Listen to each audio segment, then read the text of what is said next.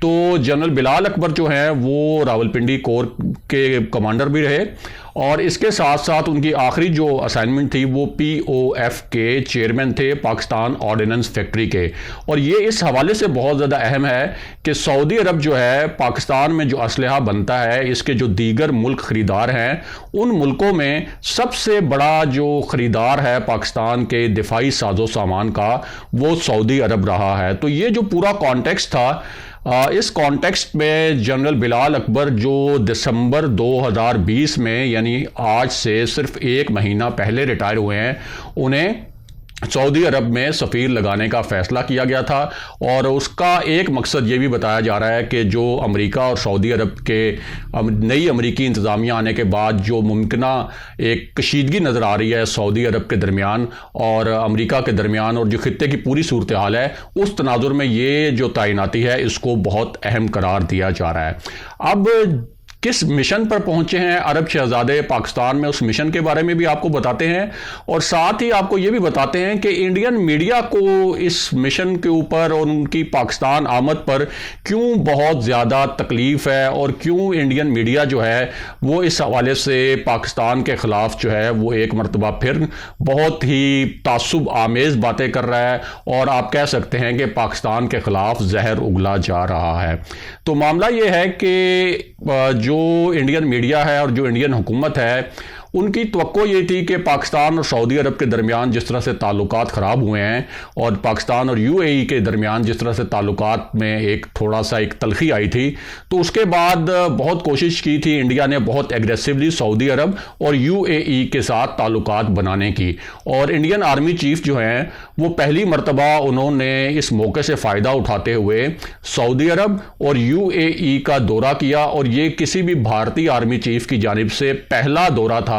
سعودی عرب کا۔ اور اس دورے کو عرب میڈیا نے بھی تاریخی قرار دے دیا، اور جو انڈین میڈیا تھا اس نے تو اس کے اوپر باقاعدہ ٹرانسمیشنز کی اور ایسی خبریں بھی چلائیں کہ جنرل راحیل شریف کی وہاں اسلامی اتحاد کہ جو وہ سربراہ ہیں اسلامی فوجی اتحاد کے، ان کی چھٹی ہونے والی ہے، اور جو سعودی عرب کی جو سیکیورٹی ضروریات جو پہلے پاکستان پوری کرتا تھا، وہ ضروریات جو ہیں وہ اب بھارتی فوج پوری کرے گی، اور اس طرح آہستہ آہستہ پاکستانی فوج کو بھی بے دخل کر دیا جائے گا سعودی عرب سے۔ تو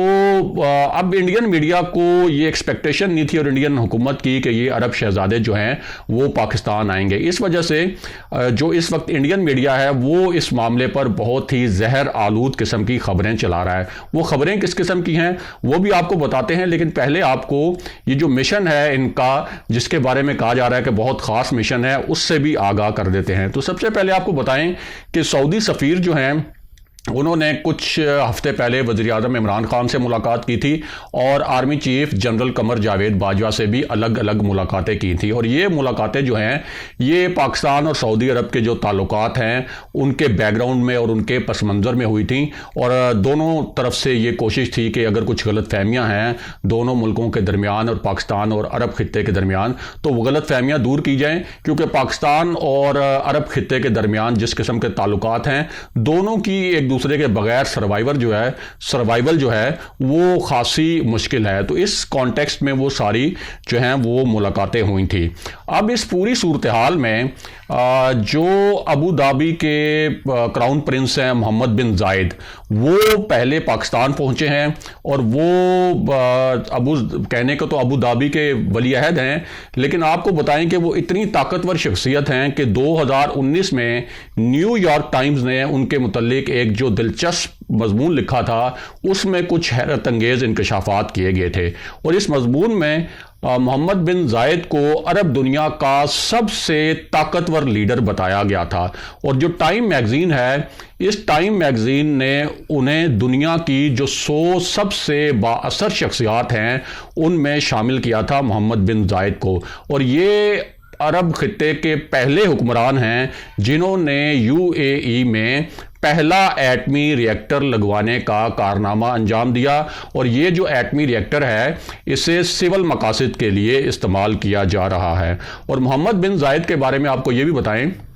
کہ محمد بن زائد کے وزیر اعظم عمران خان سے بہت قریبی تعلقات رہے ہیں۔ جب وہ اسلام آباد پہنچے تھے آفیشیل وزٹ پر، تو اس وقت وزیر اعظم عمران خان نے انہیں خود ایئرپورٹ پر ریسیو کیا تھا، اور اس سے پہلے جب وزیر اعظم عمران خان ابو دھابی گئے تھے تو بہت شاندار استقبال کیا تھا محمد بن